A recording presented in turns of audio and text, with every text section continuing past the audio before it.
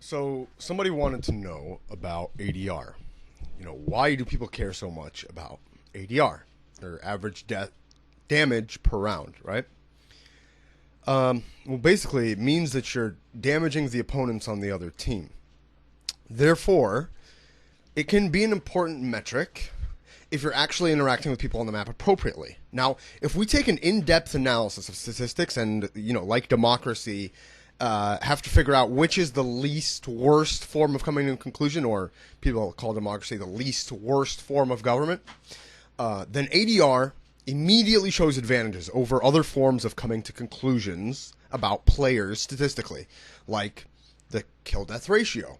Obviously, the best way of coming to conclusions about players would be actually watching the tape. Just like in any sport, watching the demo, seeing what kind of decisions are being made, what kind of impact is being made round after round by that particular player, okay? What kind of form they have. Anyway, since it's difficult to statistically quantify game impact, some people have found ADR as a decent metric. ADR is greatly superior to what your base grade layman's understanding, the casual gamer of CS might come to use, like for a conclusion, right, about a player. The KD. So you'll see announcers talk about kills and deaths quite a bit. It's right there, it's right in front of them, and it makes their job really easy. Everyone who plays this game, especially the silvers, the casual games, are acquainted with it. Anybody from any game, Battlefield, Call of Duty, kills, deaths, simple. Okay, right. That's the object of Counter-Strike, right? Wrong. Why? Because this is where ADR comes in. You could do, let's say you're the point man, okay?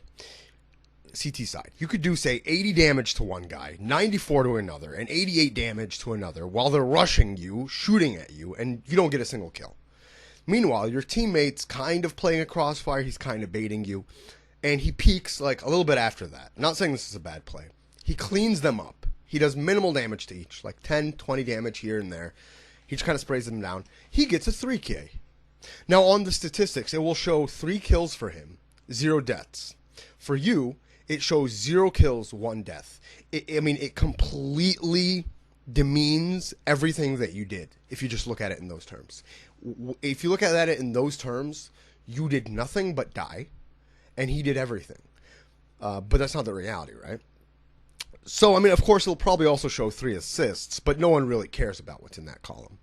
With ADR, credit is given where credit is due for actual damage being done, which is ultimately what comprises of a kill, right?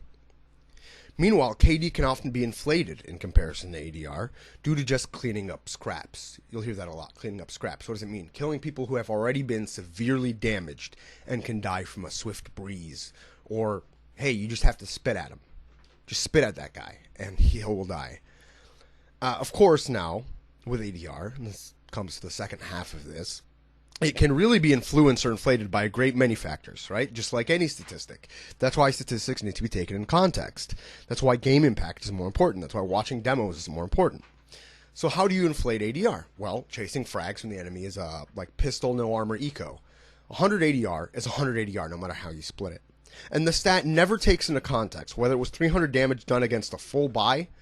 Like, imagine that. Virtus Pro with mollies and smokes and flashes and armor and M4s, and you kill 3 of them. That's pretty badass, right? Or you just ran around with like a Max 7 killing people who were full eco. They didn't really care. They had like a P2000, maybe a P250, no armor.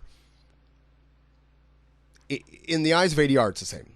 Okay, so another way that it can be inflated, and this is where people usually will look at somebody's ADR, and then they will look at their RWS, or their round win shares, contextually, to contextualize it. You could just sit in a corner all round doing absolutely nothing to help your team. Like a lot of players, they think this is what it means to be a lurker. You just sit around making no impact. You do nothing to help your team. So you can sit in a corner all round, and eventually someone will fall into your trap, and you will get 100 damage no matter what. Win, lose, or draw, you just have to pick a different corner, a little close to the action of where people rotate from, go through every round. You won't be helping your team at all, but is a very consistent way of getting 100 ADR. Why? Let's say your team starts making interactions somewhere else on the map, and they start killing people.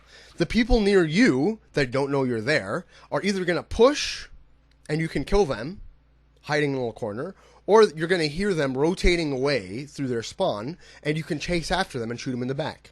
Either way, you get 100 damage. Now, let's say your whole team just dies, and they're bad at what they're doing, and they make interactions and they all die. Well, eventually, these counter-terrorists are going to start looking for you. You could even do the CT side. You could just sit in a corner CT side, and you could just let people come into sight, and your team's interacting with them, and they have no idea you're there, and then you just spray them down.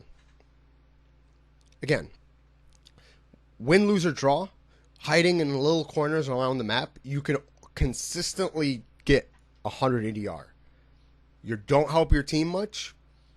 It's kind of like you're not really controlling what happens, but you're just consistently farming ADR. It's also probably like the cuntiest thing a player can do, just bar none. And that's what they mean when they say playing for stats, really. You're not playing to make a game impact or help your team. So what's another way that ADR can be influenced or inflated? Chasing or peeking someone when the round has already been won to do extra damage and get extra ADR. Or let's say the round hasn't already been won, but it's pretty close. Like, it should be won. Let's say you and I are teammates, and we planted for A main, okay? And you get an A main. You plant for A main, you get an A main, you say, let's play the bomb, let's play this properly. Let's say I'm behind quad box on cash, okay? And the last remaining CT is coming highway. Now, you could want to play this properly. Mind you, the CT has to cross all the way across site and defuse the bomb in order to win the round. If we just ran away, right?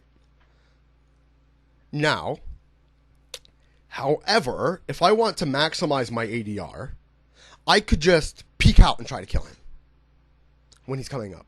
I could just go, boop.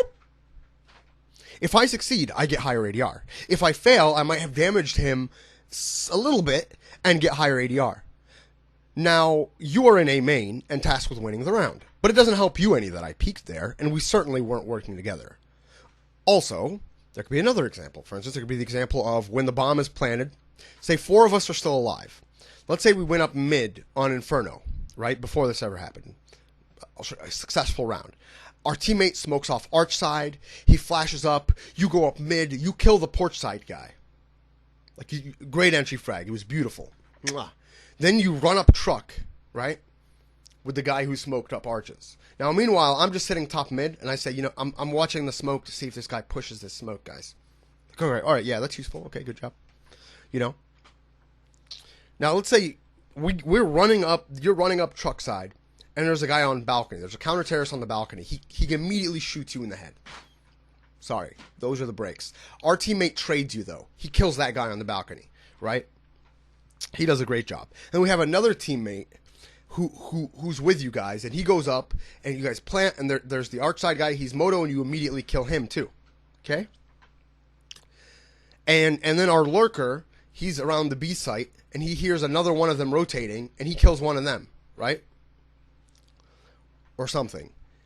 And then there's this last guy, right? Throughout all this, I just sit and wait top mid while you guys are doing everything, right? You get 100 ADR for that round.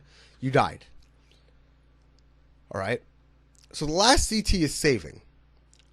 And at this point, I'm like, shit. I didn't kill anybody. So I start running around the map, really, really savagely trying to find him. I eventually found him running away from our teammate at B, who just killed his other teammate, and trying to hide in CT spawn and save. I kill him while he's running away from our teammate. I just intercept him. Bam! I push out like arches or library, and I kill him. And I have just as much ADR for that round as you. Now, ask yourself, did me and you have the same impact? Did our, actions lead to winning the round about equally? Another thing, this is my favorite thing because it's so subtle. Like, people wouldn't really notice it, okay? And that's peeking someone when the round has already been lost. This is my favorite, okay? Let's say everyone on my team has died, or our team, and 4 players on the other team are still alive. My team, you included, agree that I should just save the gun, and that we need it for next round, because I could drop it for somebody and still buy like another gun, like a Galil, or I could drop somebody a Galil and buy an AK-47. Like, we really need the money, right? Instead, I decide to go for it, and I end up killing one, right? He has no idea I'm there. And then going aggressively to kill another. I win an aim duel outright. But I am immediately traded and the other team wins the round. I advanced both my KD, okay, or my FPR, and my ADR, 200 damage. So all my individual statistics get a boost.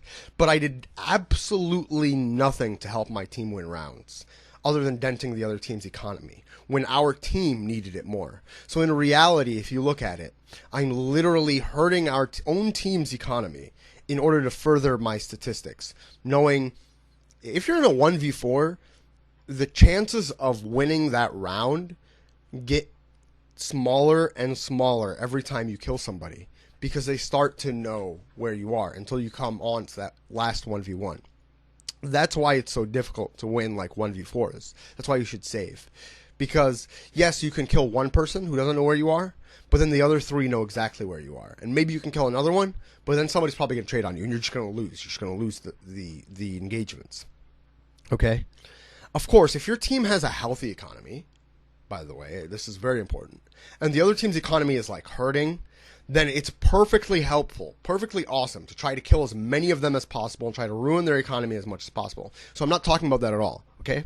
And saving and just having them come at you, you know, and you're not necessarily going for it. You're just saving, but they're coming at you. That's easily acceptable. But you'll find a lot of players who are constantly the most passive on the map, and they're just constantly killing 1 to 2 people every round when the round has already been decided, getting exit frags. Every round, just hiding in a corner somewhere, getting exit frags. Are exit frags impactful? Absolutely not. If impact means what you do to help your team win rounds, exit frags are the least impactful thing you can do that makes you look good statistically. And there are players who just constantly get exit frags, and then there are players who never ever get exit frags because they're never alive long enough. So the long story short, the more passive you are, the more opportunities you get to have consistently good ADR. Now, that doesn't mean that you do get good ADR, and where you'll see the difference is you'll see a player having good ADR and low RWS, meaning they lose a lot of, like, they're not winning rounds, they're not winning games, but they have high ADR. And they're like, what can I do? You know, my ADR is so good, and my RWS, you know, I just get these shit teammates, and my teammates can never do anything, and blah, blah, blah. Well, now you know why. Basically.